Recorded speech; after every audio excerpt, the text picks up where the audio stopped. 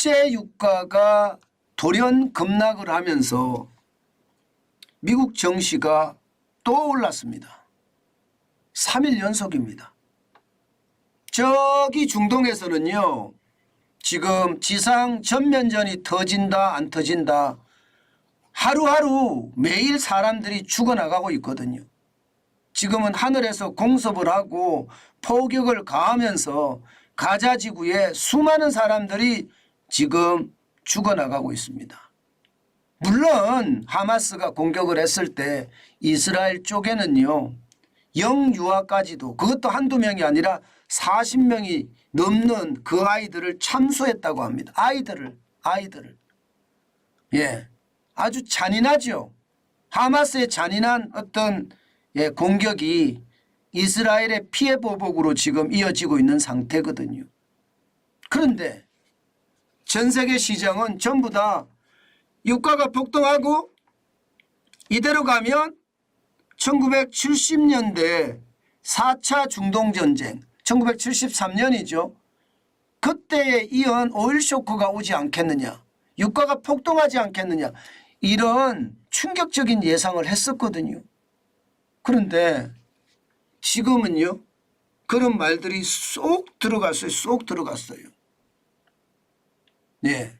다시 말해서 이게 확전은 안 될 거고, 쉽게 말하면 국지전으로 끝날 거다. 게다가 석유에 대한 수출 문제 없다. 사우디아라비아는 오히려 정산을 하겠다. 뭐 이런 이야기까지 나오니까 국제유가가 돌연 급락을 했습니다. 참 신기하죠. 세상이라는 게 한쪽에서는 처절한 피비린내가 나는데 그 피비린내는 그 지역 것이야. 세계의 것은 아니야. 이렇게 외면받으면서 시장은 그야말로 나 홀로 또 올라간다는 뜻이에요. 실제 국제유가 보세요.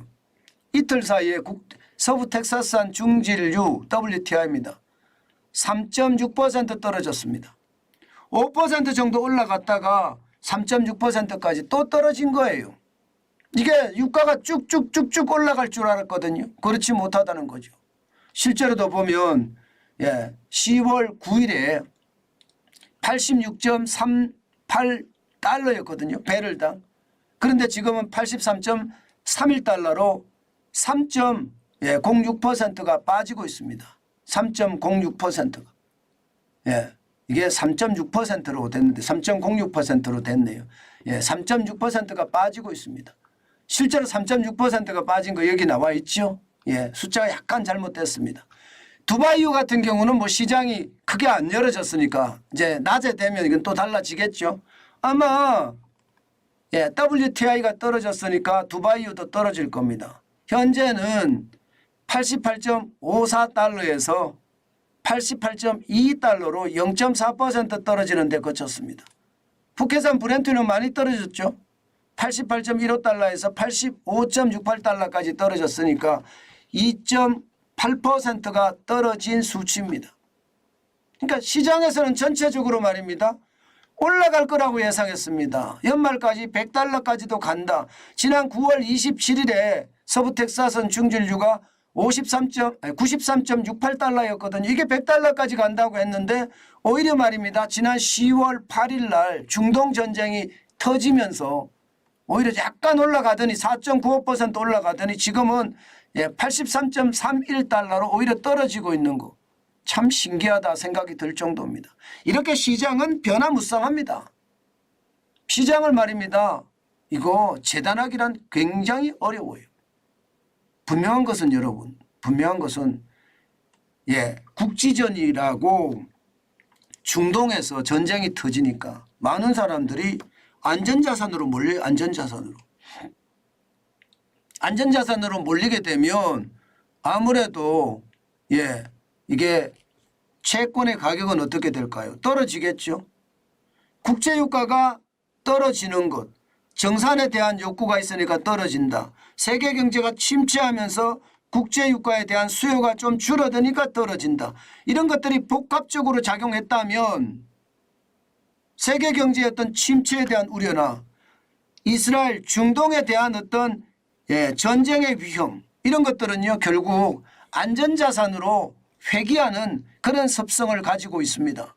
그러니 안전자산으로 회귀를 하니까 국채금리가 뚝뚝뚝 떨어집니다. 왜 떨어지느냐? 간단합니다. 미국의 채권은 안전자산입니다.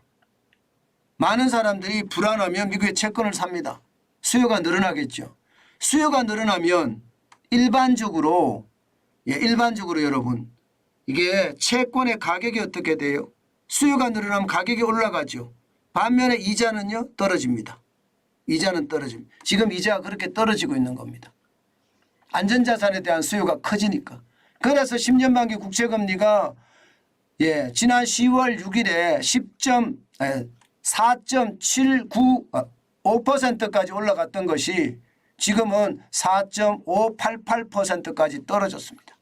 굉장히 빠른 속도로 떨어지고 있는 거죠. 굉장히 빠른 속도로.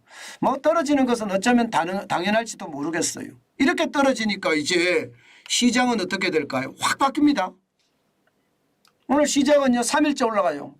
나스닥이 0.71% 올라갔습니다.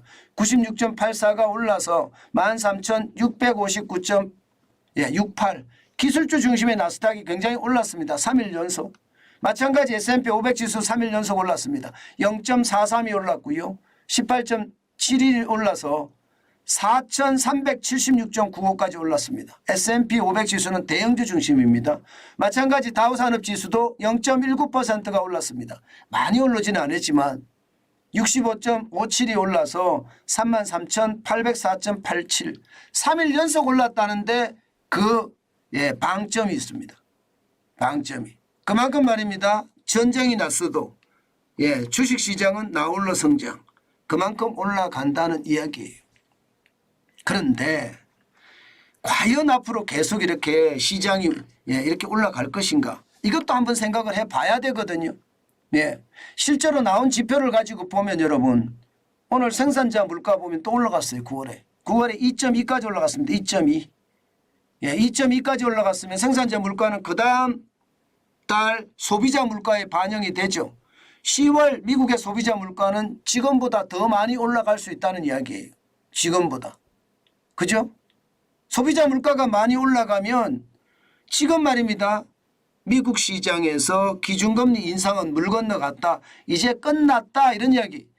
이스라엘 팔레스타인 전쟁 때문에 기준금리 인상은 더 이상 없어. 이렇게 이야기하지만 생산자 물가가 이렇게 올라가는 것은 올라갈 수가 있습니다. 또 올라갈 수가 있어요. 실제 말입니다. 교수들이나 뭐 대표적인 선성원 교수 같은 분은요. 미국은 무조건 기준금리 0.25% 올린다는 거예요. 그리고 인하 시점도 내년 중반이 아니라 내년 하반기로 보고 있습니다. 내년 하반기로. 그만큼 말입니다. 이게 분명히 말입니다. 시장에는 굉장한 징후가 있거든요. 여기다가 말입니다. 여러분. 여기다가 재정적자 보세요. 재정적자. 미국의 재정적자를 보면 2019년에 9,800억 달러였습니다. 2020년 보세요. 3조 1천억 달러. 돈 엄청나게 뿌렸죠. 엄청나게 뿌렸습니다. 2021년에도 2조 8천억 달러입니다. 2022년에 이제 옛날과 비슷한 모양새로 돌아온다고 하지만 그래도 적지 않습니다. 1조 3,760억 달러입니다. 2023년 회계연도 9월 30일까지였죠. 지금 이게 말입니다. 1조 6,700억 원이라고 억 달러라고 이야기하지만 아니야. 이거 2억 달러가 넘을 수도 있어. 이렇게까지 아직 나옵니다. 다시 말해서 재정 적자가 많이 나면 채권 발행을 많이 해야 되잖아요. 또 공급이 많이 일어난다. 또 공급이 많이 일어난다는 거예요. 공급이 많이 일어나면 여러분 생각을 해보세요. 미국 시장에 채권의 공급이 더 일어나면 채권 가격은 떨어지고 금리는 또 올라가는 그런 상황이 될 겁니다. 게다가 말입니다. 앞으로 재정 적자에 대한 추계도 좋지 않습니다. 추계를 보면 2023년 1조 6,700억 달러잖아요. 2024년은 더 늘어납니다. 1조 8,460억 달러까지. 그리고 말입니다. 2033년에 가서는 2조까지 늘어납니다. 그러니까 시장에서는요. 결국 국채금리가 계속 올라가고 쉽게 말하면 고금리가 안 가라앉았는다. 쉽게 가라앉지 않을 거다. 앞으로 고금리는 유노멀이 될 거다. 그런 이야기예요. 결국 말입니다. 고금리가 유노멀이 된다는 것은 그만큼 말입니다. 고물가 시대에 우리는 살아야 된다는 거고, 고물가 시대는요 그만큼 소비를 덜하게 돼 있고, 소비를 덜하게 되면 침체가 온다는 그런 이야기예요. 결국 말입니다. 지금 주식시장이 3일 연속 올라가는 것은 결국은 중동전쟁을 애써 말입니다. 시장에 적합하게 해석을 하고요. 시장에 나쁜 요소는 다 빼고 좋은 요소만 넣어서 해석을 하고요. 여기에 유동성까지 가세를 해서 시장이 저렇게까지 3일 연속 올라가는 것은 아닌가, 저는 그렇게 분석을 해봅니다. 중요한 것은요, 미국 시장에는 아킬레스건이 굉장히 많습니다. 나홀로 성장이라고 이야기하지만 지표들을 보고 있으면 이게 아닌데, 그런 생각을 진짜 많이 하게 됩니다. 그렇기 때문에 여러분, 시장 진짜 독하게 봐야 됩니다. 요즘 같을 때 시장이 진짜 좋다고 그냥 따라가잖아요. 그러면 박살날 확률도 있습니다. 늘 시장 살얼음판을 걸어가듯이 또 조심하면서 시장을 걸어가시는 것 굉장히 중요한 요소라고 저는 믿습니다.